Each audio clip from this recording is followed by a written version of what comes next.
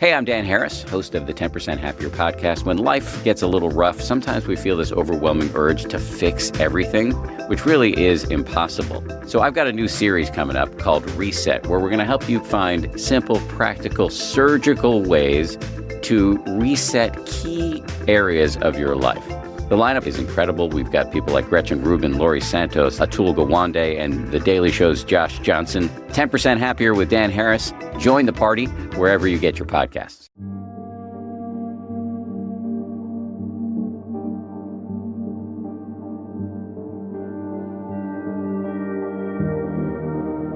Welcome back to the Secret Passage podcast. I'm your host, Dana Vespoli. And I'm Shannon. And we are diving into a subject, a topic that has been all over the news. Can't get away from it. It's the case of Haley Beck and also Angela Berlocka, but mostly Haley Beck because she is the person with the most detailed information. And also Haley Beck is the older sister of a very, very popular social media star named Noah Beck. He has well over 30 million followers on TikTok. Wow. What's his shtick? Do we know? I'm not really clear. I glanced at his TikTok. He's just like a good looking dude. I think he had dated Charlie D'Amelio, who is really, really, she and I think Dixie D'Amelio were like extremely famous TikTok stars early on. And he dated, I believe, Charlie. And I don't know if that is what brought him so much initial attention or if he was already wildly popular. His shtick, I don't know. He's like, does a lot of trends. He's a good looking guy. I just looked him up. Yeah. Does skits. He does. Yeah, it says he's known for his dance videos, lifestyle content, and has branched into acting, including roles in Baywatch, the Baywatch reboot. Okay. Yeah. He's got Haley, and then he has another sibling who also has like 3 million followers on social media, I think. Wow. From what I'm gathering, Angela Berlocka was a little more sly about the way she would interact via, text message, direct message on social media, as though she understood what she was doing was wrong, right? Haley was, if I had to guess, reading the text exchanges, I would have thought she was like 16, 17 years old, not like a 27, 28-year-old teacher. She sounds like a desperate, insecure teenage girl. So there's just more. There's just far more and more incriminating stuff. I mean, obviously, at the end of the day, Angela, she got in trouble for sending pornographic content of herself to some students, including Victim A, who's the main. He's unnamed, of course, to protect his privacy, etc. But the thing that really stands out is at this high school, Centennial High School in Maricopa County in Arizona. This one student was being groomed by 2 different female teachers, which is crazy, right? It's enough when it's one, but now you have 2. And these 2 teachers were also grooming other students as well, other male students. So this is quite and I don't know, when it rains it pours. There's so much content. There are so many cases coming to light now of female teachers sexually abusing male students as young as 10, 11, 12. I mean, it's absolutely insane. I don't know what's going on. I mean, I have some thoughts, but I guess without further ado, let's just go ahead and dive into this specific case. So, background for those of you who somehow don't pay attention to anything on social media or the news, good for you. This is a case as I said, that this took place in Maricopa County, Arizona, just outside of Phoenix, I believe, Centennial High School. Oh, yeah, Peoria. Peoria, yeah. My parents lived there for a little while. When I think of Peoria, I think of Illinois, right? Yeah. I got confused. I remember thinking initially that this was in Illinois, and then it's like, oh, it's Arizona. Okay. But this took place, over the course of a few years, the grooming, but this came to the attention of law enforcement last summer. So last summer, victim A was having lunch with his grandmother. He had already, I believe, transferred to a high school in California. So I think right now he's a senior, right? Okay. I think he's applying to schools now, I think, if you want to double check that. So he turned 18 in late 2024, early 25. Okay. Something around there. That's when the sexual relationship occurred. Okay. So now he's probably 19, or turning 19 this year.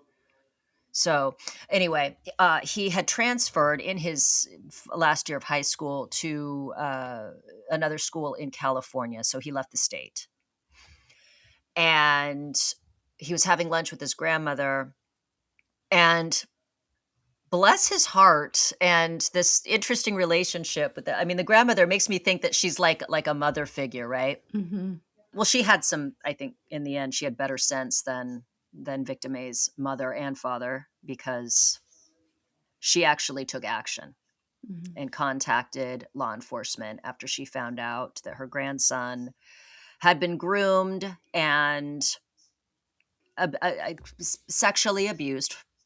Basically, Haley Beck was abusing her position of power, and also the grooming that started before he was of legal age. Mm-hmm. But that she was being incredibly inappropriate with the grandmother's grandson, victim A. So she had initially, I think, spoken to the parents about it. The parents did not want to take any action.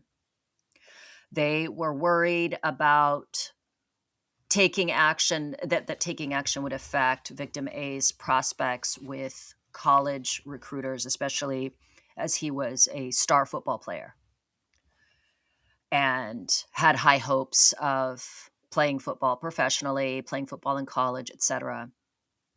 And so they didn't want to do anything that might put him in jeopardy. So I think the extent of it was they told him to stop having sex with Haley Beck.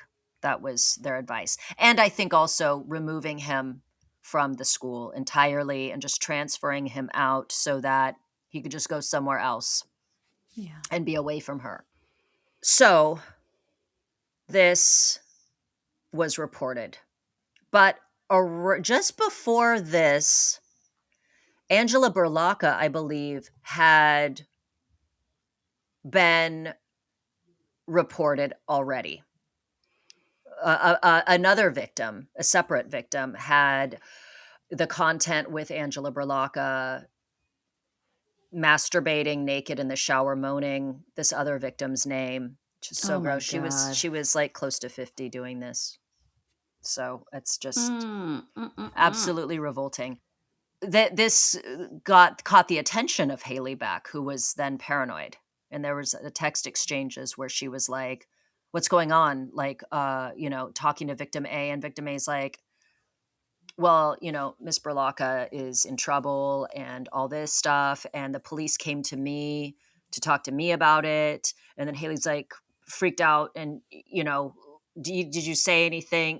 Is this, but it was interesting because Haley was less concerned about the heat kind of getting like dialed up on her, and more concerned about the fact that victim A was getting ready to move to California. Wow. This was just before he was moving to California. Did she know that his parents knew? Do we know? I don't know. Yes, they did. She did know. That's so gross, dude. I know. This is so wild. Do you want me to read this? Yes. Okay. So Haley Beck did know that that victim A's parents knew. In text messages and statements reviewed in the police report, Beck showed awareness that the relationship was known or at risk of being exposed. So she expressed concerns about secrecy, jealousy, and potential consequences. One released snippet has Beck reacting to the possibility of someone turning them in, noting something along the lines of maybe a parent, but like his parents surely didn't. Something like, I don't know, I think she's saying like maybe a parent knows about it, but his parents surely didn't tell. I don't know. A football coach told police he had spoken with the student's father about Beck, including references to her brother Noah Beck and hush money, further indicating the family was involved in discussions about the situation. Wow. Okay. So I guess there was some hush money conversations involved. Yeah. Mm. I'm sure that Noah Beck probably just didn't want this to reflect on him at all, Of course. Yeah.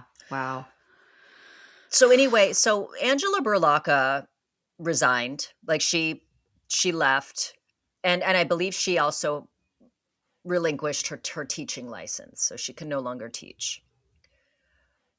Yeah, there was really she, requested an attorney, resigned. I think she wants to keep her. She's close to retirement as a teacher. Not really, actually. No, not close to retirement, but she has like a pension? Yeah. They might be able to take that. Sometimes they'll take those away if you do something that's disciplinarily wrong. Yeah. Whatever. Yeah.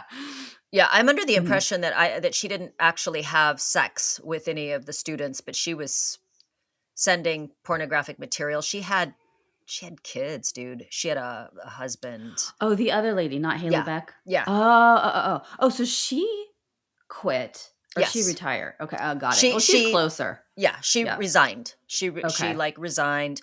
With Haley Beck, she was fired.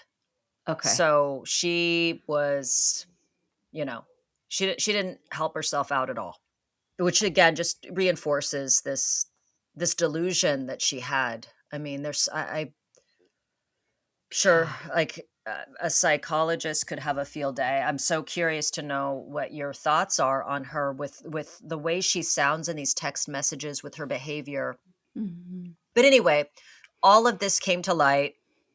Victim A, living in California, his grandmother put forth this information to law enforcement. They did an investigation and recovered an insane number. I'll tell you the exact number of text messages, bro. 4,000. Yes, 4,000 texts between them from June 21st to August 2nd of 2025. Jeez. Yeah, that's like a short window of time to be sending that many fucking text messages. Hot and heavy. It's so it has like all the qualities of a high school relationship, but she's an old lady. Well, she's not that old. I mean, she was. But for him. Yeah. Yeah. Wait, how old is she? 27? Yeah. Okay. Yeah. And she kept referring to that as like, no, I'm not like Angela Berlocca. I'm not like Angela Berlocca because she's almost 50. I'm only 27. Like, because she's closer in age to victim A, that's different. And she's completely missing the point of like, she's a teacher. She's in a position of power. Their grades, their futures in some respects, like in terms of these teams, like if she fails a student, he can't play. Usually that's how it works. She had a lot of power that she was abusing. So also Peoria Unified School District investigation allegedly found that Haley had offered oral sex to a former Centennial High School student, that's victim A, offered to buy him tequila, and sent $630 via Apple Pay in addition to those 4,000 text messages. Jeez. So Haley was placed on administrative leave in August of 2025, so just shortly after, everything came to light. This was after the district received a report from the police department after the grandmother contacted them. Go granny. Right. The Arizona Republic reported that Haley is accused of grooming the student for months. God. Yeah, she was 27 and Angela Berlacca was 47. Berlacca had worked there for 25 years. I wonder how many other victims there are who didn't come forward. Yeah, exactly. There's so much to talk about here. Yeah.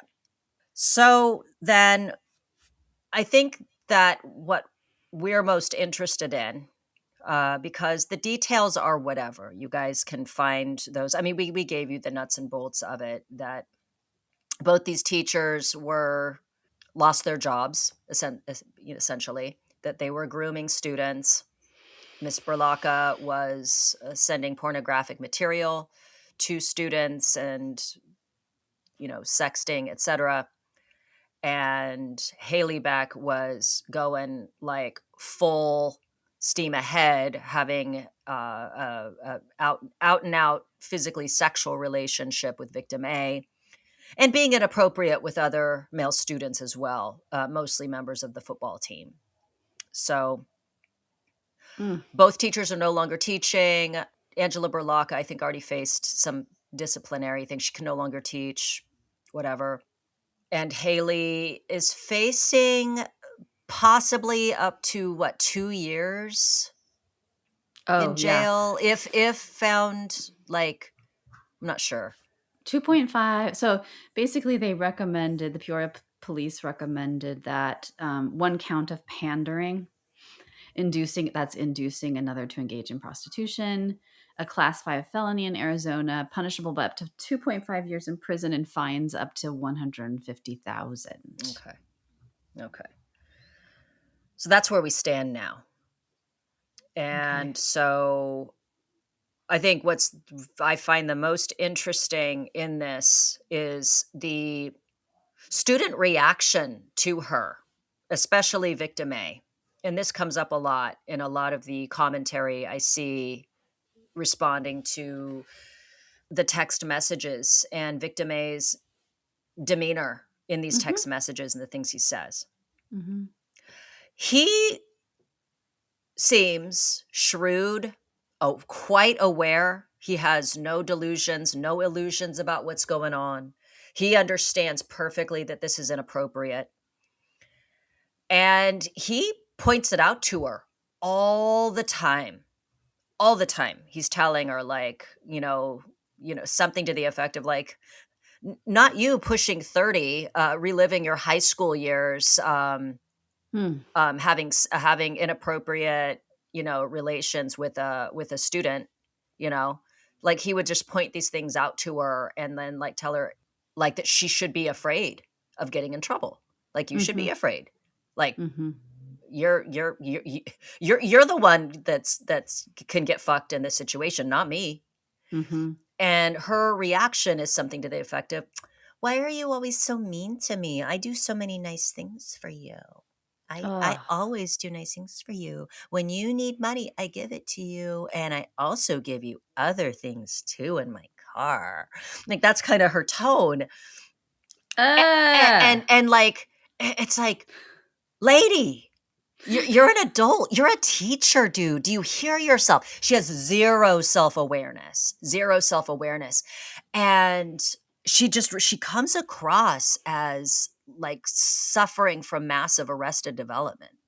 Yeah. I mean, at least in her worldview, they're equals on She some level. She insists on, she refers to herself as their peers. Yeah. She does it many times in the text messages. She flat out states it. Like, I'm your peer, and he's the one that's like, no, you're not. It's so interesting because, like, I mean, there's a whole relationship of teacher-student, but yeah, we talk about this all the time, right? Like how the age difference is so huge when you're young, but not huge at all when you're old. Like 60-year-old, 70-year-old, no problem. But like at that age, it's the developmental levels are so different, but also you have the relationship with teacher and student, and it's just not okay. But it is like, yeah, arrested. That's the only, I mean, when I think about it, I'm thinking like, what would allow for a person, what circumstances would have to be there that would allow for a person to make these moves? with such apparent lack of guilt or fear that you're right. Like, it's like she just thought he was her high school boyfriend. That was fine. Is it kind of, It yeah. really, that's what it seems like. I mean, she would pull up to these high school parties. There's this TikTok you can find where this guy's like, yo, Mrs. Beck just pulled up to this grad night party. Oh my God, dude, she's playing beer pong. Whoa, this is crazy. Yeah, she was fucking playing, she was doing beer pong. We would never have accepted this. Gen X. We can talk all about this. Yeah. But the students, it's like, again, that lack of awareness. She's pulling up, probably seeing herself as being just like them. And they're looking at her like she's an absolute freak, and they're laughing at her. And she doesn't see it. They're making fun of her. They are making fun of her. There's like pictures of her trying to do these like TikTok trends, like at the high school. And she just looks pathetic. Oh my God. I wonder if she was like trying to be an influencer in her own mind, like her brother. And doesn't her sister also? Yeah, you said her. Yeah. So like she's the one in the family who's like underachieving, and then there's this like grandiosity and this sort of like that's her stage. I don't know. It's just sad. It's awful. She would appear in her siblings' TikToks and stuff. But yeah, as far as just whatever she thought she was doing, I mean, it seemed to me that she was more preoccupied with ingratiating herself with the popular, the cool kids at this high school, the boys. She was not nice to the girls, except for the girls on her soccer team. She was fine to them, but like she would get jealous and weird towards like Victim A's girlfriend and stuff. So. Oh, he had a girlfriend at the time? So this is interesting because when you brought this up as a topic to do, I was like, oh my God. Like I feel frozen sometimes when I think about this, because a lot of like podcasts and ways of looking at this and ways of analyzing it are really focus on like the legal aspects, which we know so much more about. Like for me, the really interesting stuff is all the like intrapsychic and interpersonal and like the history of these people, that what led them to be, and we just don't have a lot of information. So that I just, what ended up happening as we were researching was I just started, we can speculate as to what but I feel every time one of these cases happens, I know there's a lot of anger and rage and that whole thing. But I'm like, we've been there, we've done that, we get it, it's gross what happened, like she abused her power. But the more interesting thing to me is like what you mentioned yesterday is like, look at the context they were in and what was happening within that context and how it sort of allowed that behavior to happen and keep happening until grandma intervened. Bless her heart. And, there are lots of things we can think about with Haley Beck, like what leads, like you said, arrested development, what leads a person to think they can do that and also get away with it, like a lack of like empathy maybe, or taking his perspective about what, like seeing herself as not destructive while doing something that could be totally destructive. Yeah, all that stuff is so much more interesting to me than like just the legal aspect of it. Yeah. The thing that really stands out to me that I find fascinating, and we did a whole episode on, quote unquote female pedophiles. Yeah. And like, how do you define a pedophile? Like, ooh, should we do the ebophilia thing? Tell people that now? Yeah. Do you want to explain to them the definition? Because when you throw a word like pedophile around, it's like in many cases, like for example, with Haley Beck, because again, we get into this whole idea of like the age of consent, and it changes from state to state, but it's not a classic case like the teacher that was recently charged with sexually abusing a 10-year-old, right? Yeah. A child, a child that has, and again, these are not appropriate. It's completely inappropriate. This is an abuse of power. There are a lot of, I'm focus a lot also on the other students that were in the class observing what was happening between Haley Beck and Victim A, because and how everybody was responding to that. Because they're seeing somebody that they're supposed to trust, that is supposed to have their best interest in mind, that's, you know, and they're watching her be sexually inappropriate in the classroom. Now, she didn't have sex with him or make out with him or anything, but she would get handsy. She would sit in male students' laps. She would hug him. It was very clear. And one of the students even said, like, we all suspected that they were having sex. And what that does to students who, depending on where they are developmentally, but like they shouldn't have to, you know, bear witness to that. They shouldn't have to see. It's so confusing, you know. And then you start to wonder, like, does this mean I have to do something? Is this about grades? Like, or even like adults will, like, the meaning they make of it, like adults that are supposed to be in this role that's looking after me will actually exploit me, or like all of the things, and then nobody will do anything about it. Like the teachers, the students weren't reporting it to the authorities. Yeah.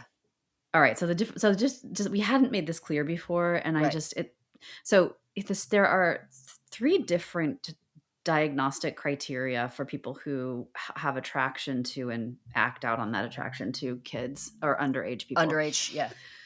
So one of them is pedophilia. The other one is hebephilia, and one is I think it's epipophilia.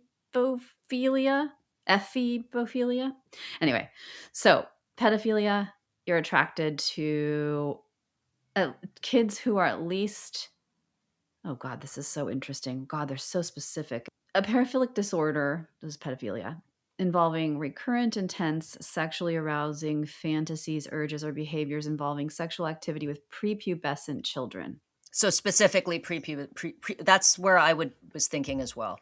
So yeah, generally age 13 or younger, typically Tanner stage 1, with no or minimal signs of puberty. So hebephilia is a strong, persistent sexual preference for early pubescent children and adolescents, typically ages 11 through 14. Oh. So showing initial signs of puberty, so early breast development, pubic hair. So that would be those teachers with the 11-year-olds. It's interesting how they kind of fall neatly into these categories. Yeah.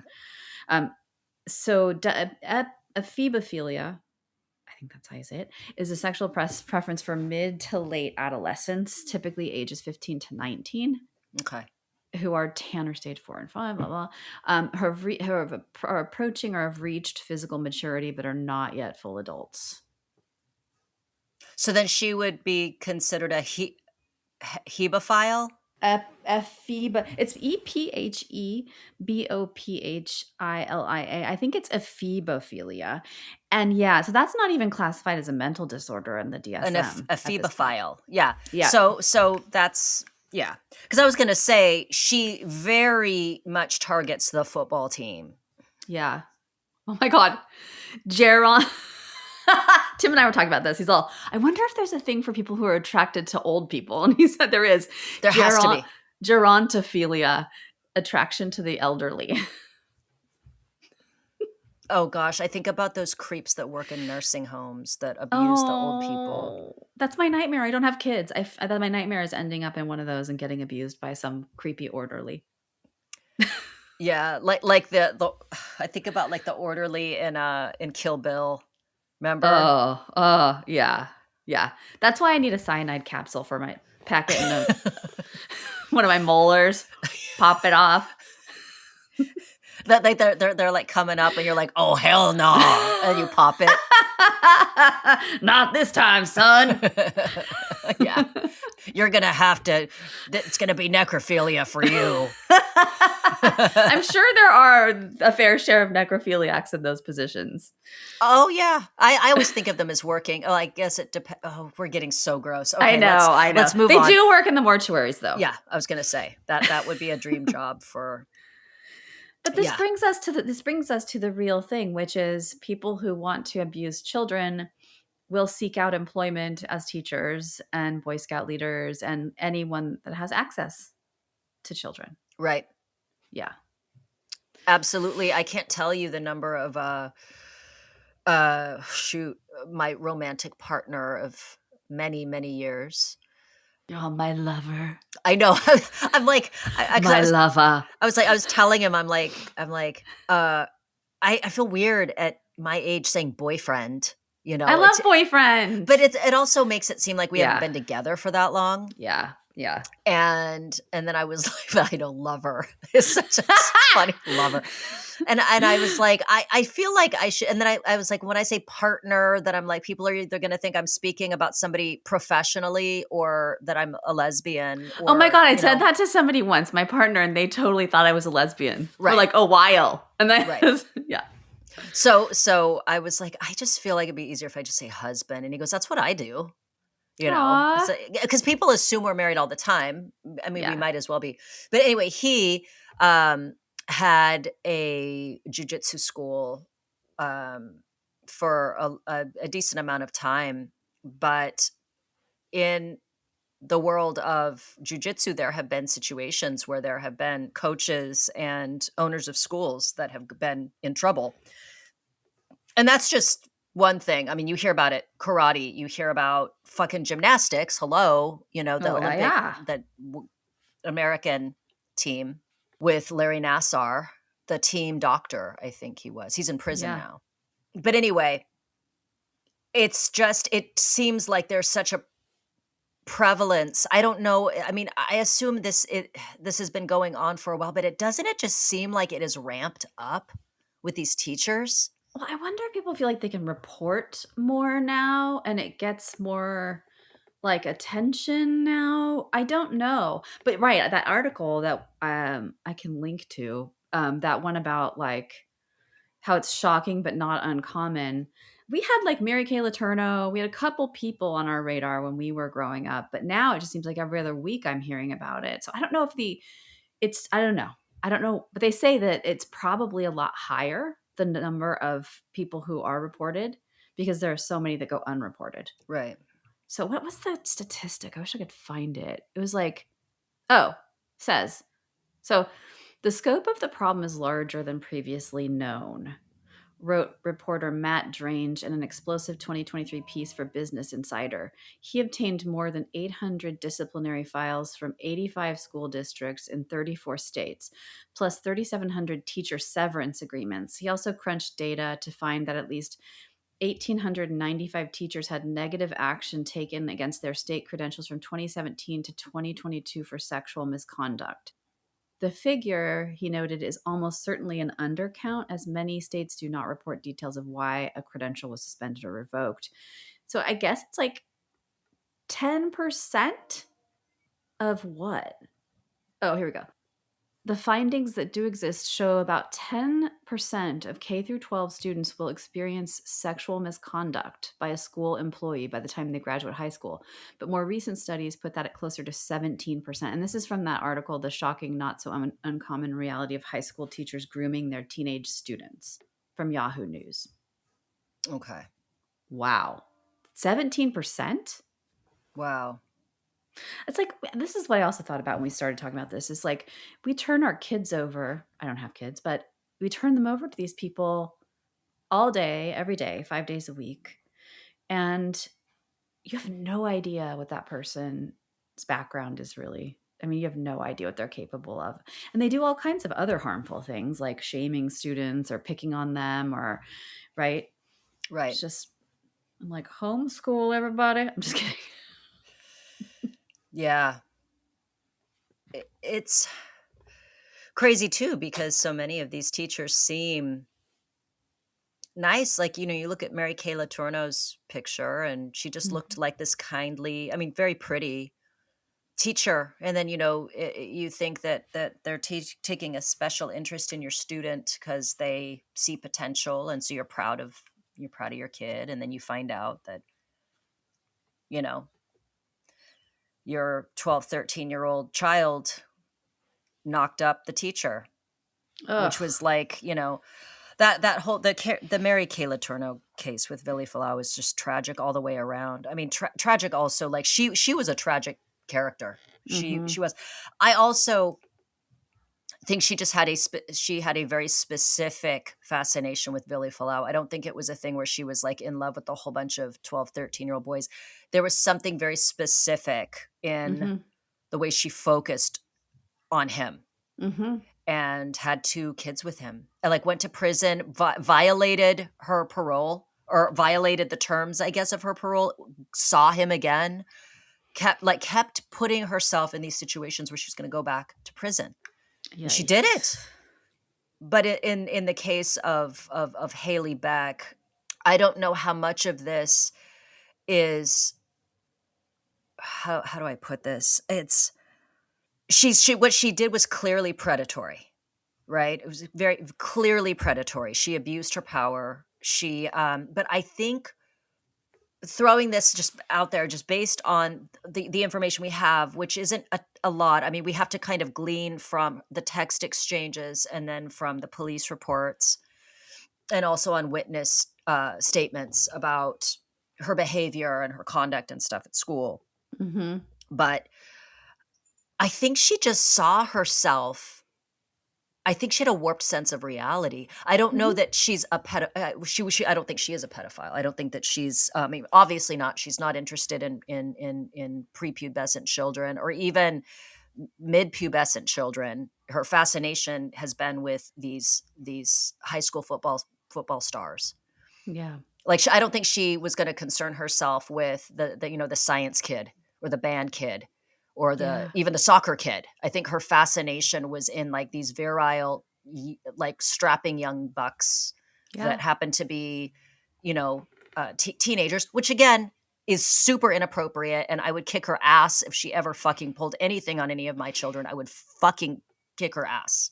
But that said, it just seems like she saw herself as a high school student that was cosplaying as a teacher, Yeah, I mean, it seems like that's totally possible. I mean, I try to put myself, so I think about like, okay, what if this person walked into my consulting room and they told me what they did? I would sort of, fish around for what did that, I mean, it has to be in a way, right? I don't think she felt like she was harmful. No, because the difference between her and Angela Berlocca, like even just looking at their messages is, and I understand that Angela Berlocca was basically twice Haley's age, but Angela seemed to clearly understand that what she was doing was wrong and that she had to tread carefully, even though she fucking slipped up and was she's like being so careful in the way she speaks. And then but she didn't show her face. I think that's what it was. But then you could see her tattoos and stuff. God. So she was at the end of the day, she was stupid, but she seemed very clearly understand that she had to tread carefully with the way she spoke via text message. Haley did not. Haley straight up says things like, OMG, I totally feel like I'm soliciting you for prostitution. Ha ha ha ha. That like whatever it is she says, where she flat out says like, oh my gosh, like I'm totally basically treating you like a hooker. And she's texting this to him. And so that's the thing. I mean, here, the telling thing to me is that if she showed up in your consulting thing to tell you what she did, she'd probably talk like this. OMG, your prob's going to think that I am low-key crazy on God. Like she'll talk to you like a 16-year-old child. And that's the thing that's disturbing is when she's speaking, she's not speaking as though she has any kind of education or that she is an adult in a position of authority. Well, she's going to their parties. I mean, pulling up to their parties, playing beer pong. There's some pictures I saw too, that kids are like posting of like, this is how she stands when she's in the classroom. And she's like leaning over one of he looks like an athlete. I could be wrong, but this dude's desk, and she's like got her boobs pressed up and her ass sticking out. Like she's like bending over the desk with her elbows in this really inappropriate way. It's so grandiose. It feels like, like it's her, she's the star of the show. She's the star. It's like 90210 and she's like the star. Right. She's Kelly. Yeah. Yeah. Or Brenda. Yeah. I mean, you want me to like read some of this text? Yes, let's read some texts for everybody. Okay. Well, okay, I asked for the most racy ones we could find. Right. So there's a transactional one, right? So she sent him $630 in a matter of a couple of weeks. So one caption on a $29 transfer read, "This money exchange just felt like straight prostitution." And then the student reportedly called her sugar mommy. "Hey, sugar mommy, nice to hear from ya at the perfect time." Beck replied that she didn't like the title because it made her feel used, adding something like, "If I cut you off from the money benefit from all this, I really fear you would never speak to me." Oh boy. So then there's like, yeah, pretty much. The sexual references. So Beck wrote, "You could always just get your nut off with me." Dude, who talks like that? I know. "Just call me if you're feeling crazy." Oh God. Then she said something like, "My period started, but I can still use my mouth." Ew. Bro. And then she said, on. I can't even go. Want me to read more? Kind of. Okay. So she says to him, the student says, "Just trying to get my dick sucked, so you let me know." And then the next day, then she said she was on her period. That's what she said. Okay. So she said, "Balls licked, dick sucked, let's run it," in response to the student wanting his balls licked. Dude, oh my God. let's run it? Like, yeah. Come on. I know. I swear. She's like, this is just reeks of like, I want attention and I'm living in some delusional fantasy world where I don't know. But really, you think about it, I don't know. She put herself in proximity to these kids and they're like, I mean, I don't know. It's like, is this the only thing she felt like she could get? Like she couldn't have an adult relationship? Well, supposedly she had a boyfriend who was in law enforcement at some point during this. Oh God. Yeah, that's what, I mean, Victim A says that. He's like, "You're the one who's blah, blah, blah, blah, blah." And while having a boyfriend in law enforcement or something like that. So at some point in their involvement, she was dating somebody. Oh, so she had adult relationships. Mm-hmm. Mm-hmm. I don't know if she had any friends. Apparently, it didn't seem like she had friends. I mean, did she? I don't think so. This brings up the whole thing for me that we were talking about. Like when we talk about stuff like this, my stomach goes into knots because I don't know. I can't imagine as a teen. I'm not judging teens who this happens to, but I was so phobic of adults. Like if an adult crossed that boundary with me, like I would freak out. I would just freak out. I wouldn't be able to like go into a thing with them. So that's the thing that I find so interesting is like the whole process of grooming. I guess it happens so slowly over time. And, people, well, anyway, do we want to get into the whole like psychological conversation about trauma and all that? Yeah. Well, so I had some thoughts. We should probably take a break. Oh yeah.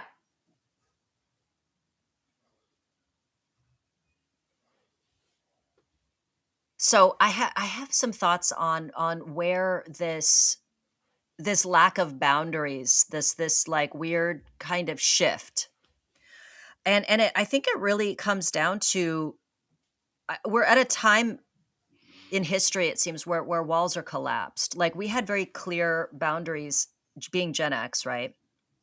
We didn't have social media, didn't exist. We didn't have cell phones. We didn't have any of these things, and so. You have this situation where you have a teacher, for example, like Haley Beck, whose younger brother is famous and probably very well known to all these kids because they all have TikTok. Right. I saw the thing of like, "Yo, Miss Beck's is it pulled up to the grad party." That was on TikTok. These kids have TikTok. Noah Beck has 33 million followers. some of those students probably follow him, and then they find out that their teacher is his older sister. They see that she's been in a lot of his TikToks. He would post members of his family in his TikToks, including a really disturbing video with his mother, but that's a conversation for another day. Weird family. Not too surprised that Haley Beck is weird. But, you've got that kind of blurring of where does she become when is she a teacher? When is she a TikTok personality? Or the value of being cool. That is Yes. right, like that too. Like, it changes how a person holds you in their mind if you're that close to that kind of status. Right. Right? Yeah. Yeah. She wasn't just some like run-of-the-mill teacher lady. No, she probably presented herself as like, I'm the cool teacher, right? Mhm. Like,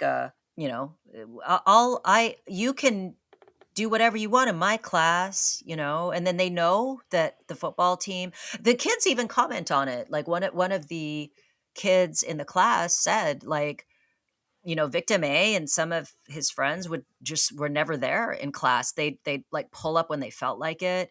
We had the impression that, Miss Beck was not marking them as absent. When they were absent, they'd pull up. Victim A would call her Haley, not Miss Beck. So showing that they had a special relationship. They would like be physically not sexual, but like, inappropriate. There was like inappropriate physical contact between them in the class. So the kids are not, they're recognizing that she has not set a boundary. She's not demanding respect. She's not demanding anything. And you get special privileges with her. I think they all knew that. So her pulling up to the party, they thought she was ridiculous. Yeah. There is and I mean, you've seen or read enough of the text exchanges between her and Victim A that he reveals he loathes her. Like there's a Oh, he puts her down. He's he aggressive. yeah. And Yeah. like, will just flat out say things. I think he's testing her too when he's like, I'm looking to get my dick sucked. Imagine someone just like, I'm looking to get my dick sucked. Good luck with that. Yeah, It's like, go look then. have Bye. fun. Why are you, that's so disrespectful. That's a gross way. And oh, okay, let's run it, or whatever. So you can see that that he finds her. It seems to me, based on the way that he speaks to her in the text, that there's revulsion on his part, probably some fascination. How far can I go with this? How much can I get with this? When he's like, all right, I'm at the front of the line, you got to Apple Pay me now. Like, he's not even trying to be mindful or careful with the way he speaks to her. It's understood that he's going to get his way. Yeah, And it's really yeah, it is like a bad high school relationship, really. Yeah. I mean, like with a guy who doesn't know how to, he's, whatever. I mean, if you ignore the fact that she's 27, right. It's really just, I'm like, God, girl, didn't you want to outgrow that stage that we all had to go through with? Yeah. So Apparently she never did. Right. The way she speaks to him, desperate. She is desperate. And then when she knows that he's like going to California, and she's like, well, keep in touch.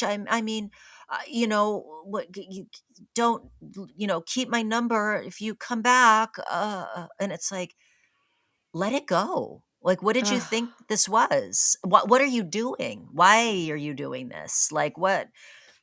So I'm trying to understand, like, these fantasies are compelling. It's her shocking low self-esteem. I mean, it is Yeah. cringy. It's incredibly cringy, like in some Yeah. of these videos where you see her trying so hard to be cool and be young, like teen like, and she goes to all the football games and stuff, like zero self-awareness. Yeah, so I think about a couple things. I'm like, okay, where was this a missing experience that she's trying to get? Is she having a hard time? Was she popular in high school and she got out of high school and now she has nothing and she's trying to recapture it? Like, what is going on here? Like, what is driving this? Because it's so not. I mean, there's sex involved, but it's beyond sexual. right? Yeah. One of the things I'll say is she is not, this is very interesting. At no point is she looking to try and gain her own pleasure from the experience. Yeah. She's just trying to be appealing to him. I'll suck your dick.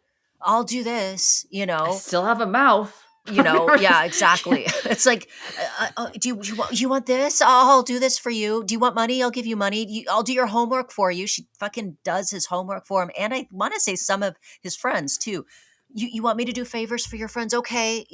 At no point is she looking for her own pleasure. At no point. Right. If you are in a place, I don't know what her history is, but if you're dominated by self-other relating, if you're dominated by like if you're defined by other people, then that's a massive problem, psychologically.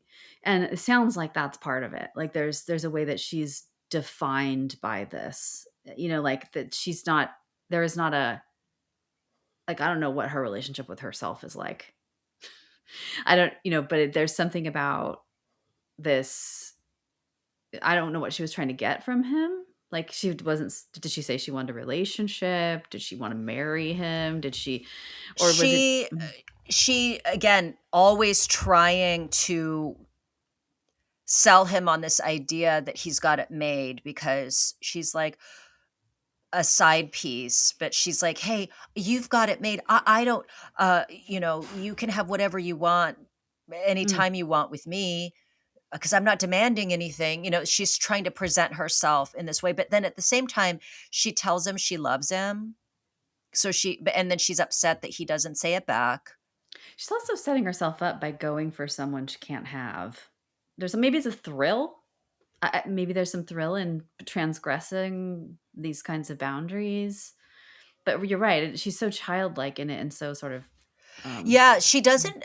In a lot of ways, she's actually. There is no. I don't see any kind of like paraphilia with her. It's incredibly basic. It's very juvenile. She's not perverted at all. She's just like, and at one point they fuck, and he's describing it in a text to his friend, and it's painful to read, because I had this like combination of like absolute loathing and disgust with her, and also I felt so bad for her, because he's like describing how she's overweight, and that she just laid there, and that he just like hit it. She just laid there, and then he just like pulled it out and I'm sorry guys, and sprayed it all over her, like on her face, I think, which is so the porn degrading. Yeah, very very pornographic. And but degrading. Yeah, he was into that with her. He was into putting her down, degrading her, using her. He didn't. I mean, this is the thing about we were talking about the trauma thing. Like things like this can happen, and whether or not they're traumatic is dependent on the meaning the person makes of them. And he did not exhibit any signs of trauma. He didn't seem anxious. He didn't seem coerced. He didn't seem right. He was kind of like, wasn't losing sleep. His grades weren't failing because he wasn't doing his work. She was doing it. Yeah, he had a system set up. And that system was working for him. It's that there was someone on had posted something about like, make no mistake, even though, that he like puts her in her place over and over and over again in their text exchanges, he's still a victim. And I was like, legally speaking, yes. Yeah. Right. If we're gonna define what a victim is, there's the legal definition. Yep. I would posit that he's gonna be fine. Like that's my impression is I'm more in terms of like the victimology and like the potential for any kind of trauma. I'm more worried about the kids in the class that had to observe all of this happening. And had to observe their teachers not reporting on it, his parents not reporting on it, their friends not reporting on it, themselves not reporting on it. I mean, to be they probably were confused, a lot of them.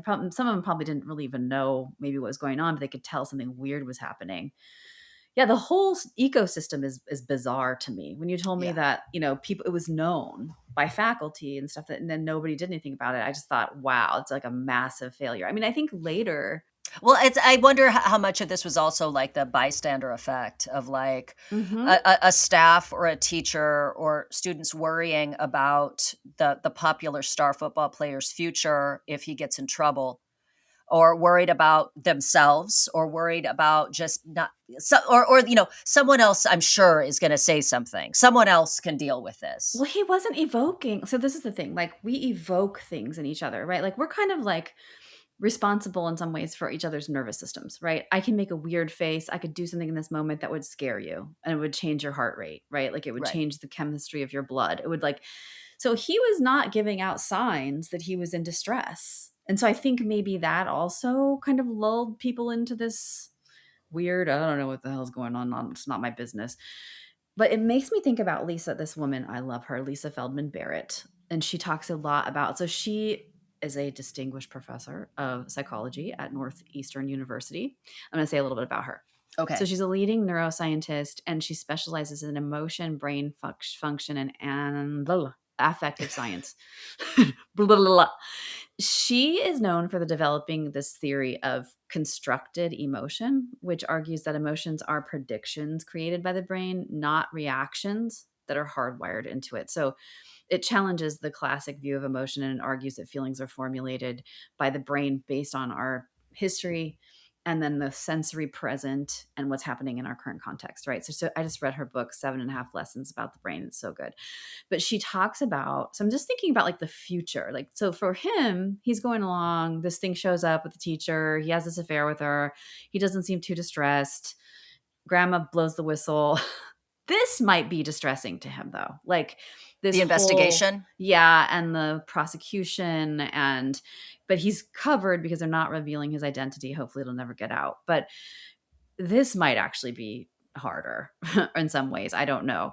But the most fascinating thing that I learned from her was when I was watching her on the Diary of a CEO, and she told this story. So people argue that her theory, some neuroscientists don't buy it, but in my practice and in my life, I really think this is true, that like we are always in the sensory present with stuff coming in, and our brains are constantly predicting what's going to happen next based on what happened in the past and what's we're getting right now. And that emotion is, so she tells a story about this girl, Maria, who was from a culture where it was common for men to abuse their wives and be physically abusive with their kids. And she had no symptoms of trauma. She did well in school. She had friendships. But then when she was and she was functioning totally normally. Then when she was an adolescent, she watched Oprah, where she heard women describe similar physical abuse from their fathers or their boyfriends. And they were talking about experiencing trauma symptoms. So then she recognized parallels to her own experience. And then she began reinterpreting what had already happened to her through a new cultural meaning-making lens. And afterward, she developed all the classic signs of trauma. So she wasn't able to concentrate. She, couldn't function as well as she was functioning. She wasn't sleeping. So it's like context is kind of everything in some ways. So I just wonder what will happen to him. Well, with his new framing of this, and also the new framing of like, yeah, and no one stepped in. Like, you were actually being groomed and you're actually being like exploited in this relationship. It shaped his future relationships. He will always have had this experience with this person crossing this boundary, and no one came to his rescue. Like nobody kind of said, let's call the cops, except for grandma. Well, what's interesting too is also his sense of self and his sense of his own value, right? Yeah. He's a football star. Yes. That's a big reason why Haley was targeting him. Mm-hmm. I believe he led his team to state, right? So he's got a very important role. Mm-hmm. His parents don't want to report this because they don't want him to lose the potential for a scholarship. Yeah. His value is linked to his athletic ability and his future prospects as an athlete, not as a son, as an athlete and as a star. And not as a student who should be protected from, right? Like no one was protecting him. Right. And maybe he didn't feel like he needed protection, but like a lot of kids will grow up and look back on it and go, "Ugh, that was not, I just didn't." Yeah. No, but it's interesting that the person he told his grandmother, I find that interesting. I know. Maybe his grandma is the only one that ever had his back. And that's why he told her. You know, it's she's the one that was like, oh, hell fucking no. Yeah. If you're not going to do something for my grandbaby, then I'm going to fucking call the police. Yeah. That's the only person that said, this isn't right. I mean, his parents knew it wasn't, you know. But look at that crazy relationship people have to authority or something, right? Like for me, I would be so clear. I feel like that it's wrong. And then I would go and tell the police. Like she had no power in that situation whatsoever. And like, I would assume his career couldn't be damaged because he didn't do anything wrong. But yeah, it's interesting that people are so afraid of like, right, his conduct or something that like as a victim, his conduct could be used against him. Yeah, I'm not clear if they were worried that Haley would flunk him, you know, because or that it would come out that she had done all of his assignments for him, so then that makes them null and void. Like, I'm not sure, and I will give them that they at least took him out of that school. Yes. But I find it strange because my impulse as a mother would be to go kick the fucking ass of the person that was texting and having sex with my kid. Like that's like, that there is like an intense feeling of like just rage that I would have. I wondered if too, like his hesitation about reporting it and the parents' hesitation was that they feel like he's culpable in some way, like that they feel like he's actually guilty. Like, that he's a Lothario. Like, who knows what? Like, again, we have no choice but to just speculate. Like, I'm not clear on even like his family's like socioeconomic kind of status. If there was like issues or just anxiety towards police because of like one of the systems that have like that they've struggled, that they've, you know, that they don't put a lot of, they feel like law enforcement isn't going to actually have their backs. Like, I have no idea. Like, they could have a very good reason for not like going to law enforcement. Maybe for them, it's like, we're just going to take him out and put him in a different school. That's the best shot. I mean, especially if he wasn't suffering. Like, if he felt like he wasn't really suffering and he was just like, you know, they might be like, well, let's just get you out of there then. Like, versus apparently the mom did say, or like, the parents were just like, I don't know if the parents were still together, but both the parents agreed that going to law enforcement was not an option. And that it primarily had to do with worrying about their sons' like prospects and stuff with scholarships and all that. You would have settled it out of court. Fuck that. Oh man. I would be like, you know, coming out from behind her car, Haley Beck. No, seriously, my dad would have kicked the shit out of somebody if they'd done that to me. Yeah.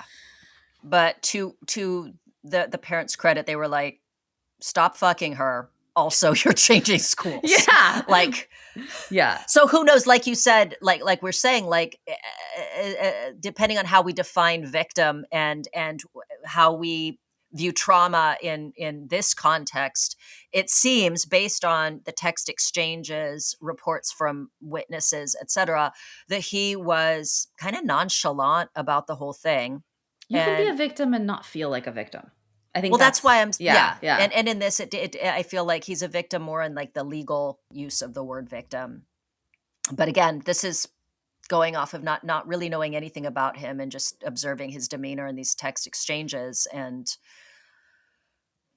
so that, but Oh, I hope he's okay. I do too. I was just thinking that. Like, I could watch him be like, I'm fine.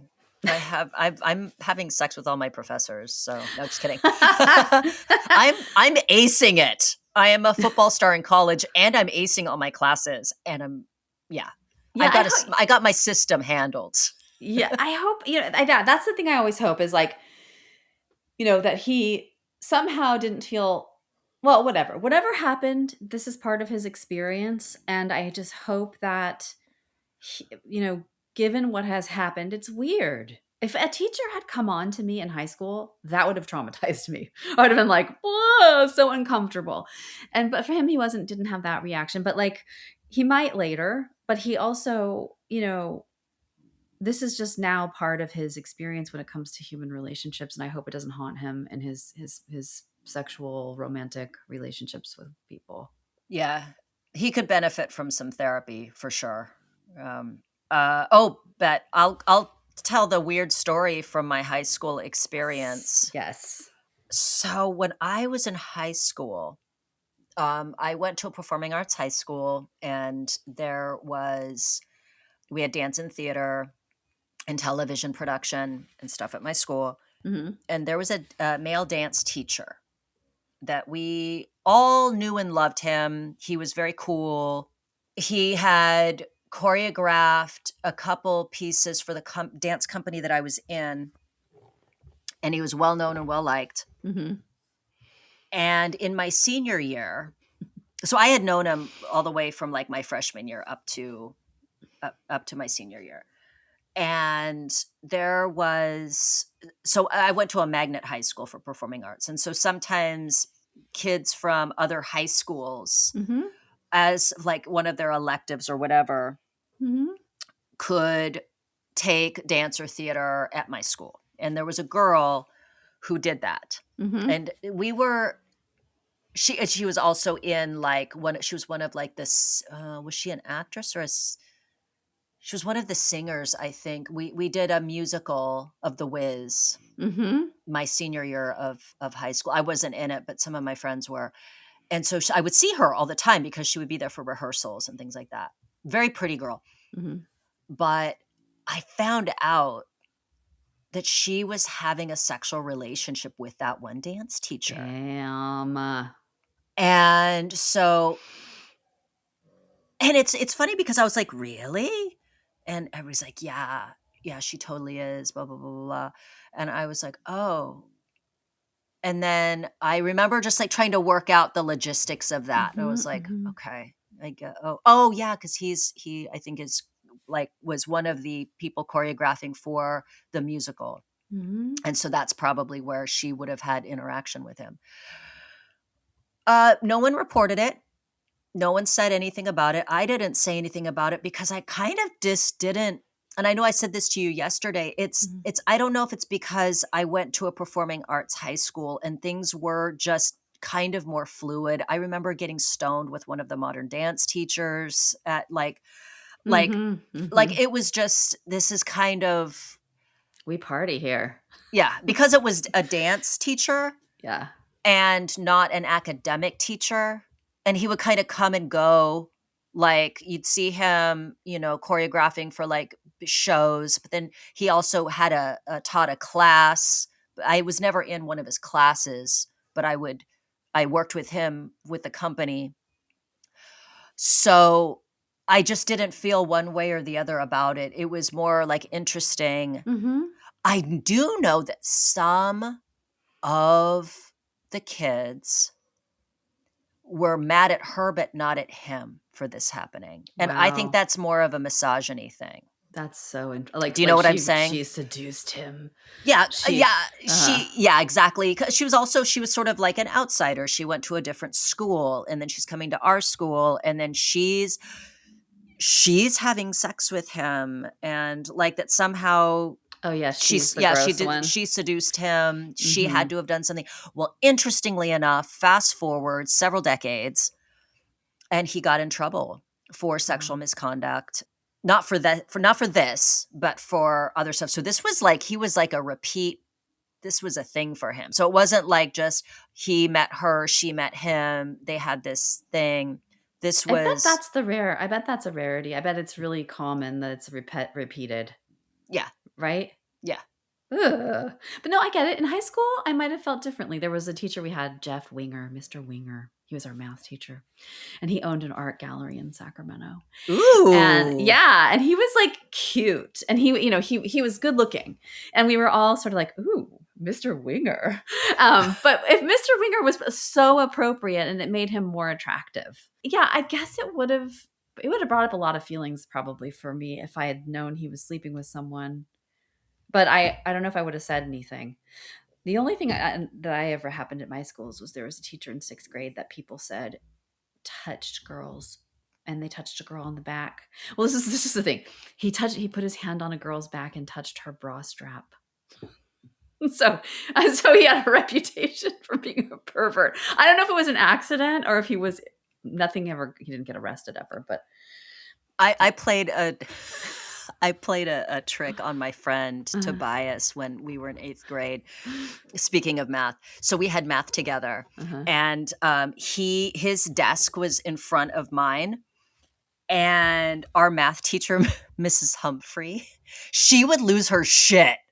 Like, she would like scream and like swear in class when she would lose her temper. It was hilarious. But anyway, so she was going around, we were doing our work. And so she would go around and like check, is everything good? Okay, you got that. And so she would come, but she'd put like one hand on your desk like this. And then the other hand was like behind her back. And she'd be like this, right? So she does that to me. And then she goes up to Tobias's desk and she's like doing that. And so she's looking down at his paper and at him, and she's doing this. So I take my left hand and I start rubbing his back. And I can see his profile, and he's like looking at her, but he looks mildly distressed as she's talking to him. And then she walks past him, and then he turns around and he's like, "Did you see that?" And I'm like, "I know. That's so creepy." And he's like, and then I told him it was me. That's so great. I know. I was all right, but that's the response you would expect, right? Horror. A teacher, yes, abject horror. Yeah. Oh. Anyway, all right, kids. Mama has to go.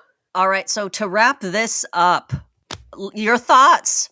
Please let us know your thoughts, and as more information comes out, we'll discuss it maybe moving forward. But as it stands, we don't know how Victim A is doing. Probably okay. Hopefully he's in school. And yeah, I mean, I hope he's okay. I hope that no matter what, I mean, he can't delete that experience. So hopefully he will grow and learn from it and not have problems in his relationships with other humans going forward.